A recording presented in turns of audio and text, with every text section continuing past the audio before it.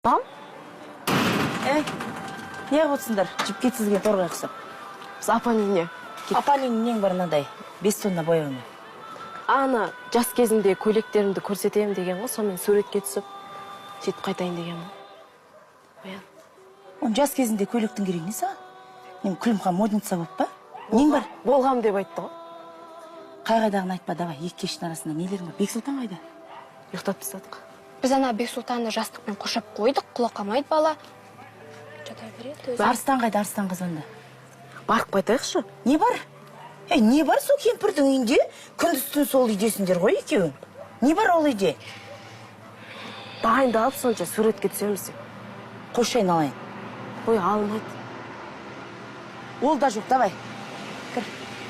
Давай, шагай, кір. Не қып тұрсың? Шо? Ой, бір бара қалайын десем осы ғой. Бармайсыңдар, не бар? Екі кештің арасында. Жарайды.